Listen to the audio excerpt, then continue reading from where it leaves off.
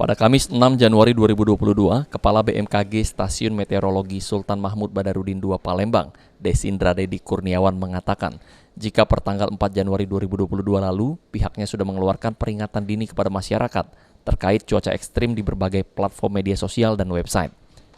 Januari 2022 ini Sumatera Selatan sudah memasuki musim hujan dengan potensi curah hujan ekstrim, di mana curah hujan diperkirakan dapat mencapai 150 mm per hari, disertai petir dan angin kencang.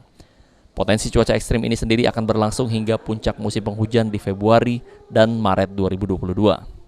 Cuaca ekstrim ini terjadi karena berdasarkan pengamatan adanya konsentrasi awan cumulonimbus yang cukup tinggi di langit Sumatera Selatan. Pertanyaan wilayah mana sih paling berdampak?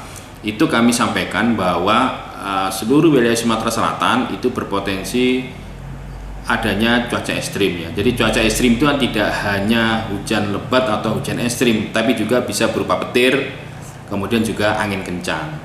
Karena ini sumbernya dari awan, khususnya awan-awan konvektif yaitu awan cumulonimbus. Ya, jadi awan kalau kita mengenal ini sebagai awan cumulonimbus atau awan CB ini yang bisa memicu adanya potensi cuaca ekstrim yaitu hujan lebat.